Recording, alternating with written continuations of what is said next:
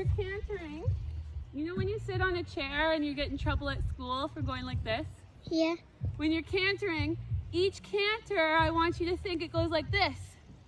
That's how deep it is. Your heels are down, okay? Okay. And that you're gonna think, squish my bum into the chair, squish my bum into the chair, squish my bum into the chair, okay? Okay. Okay, do it again. How do we not see air under our bum?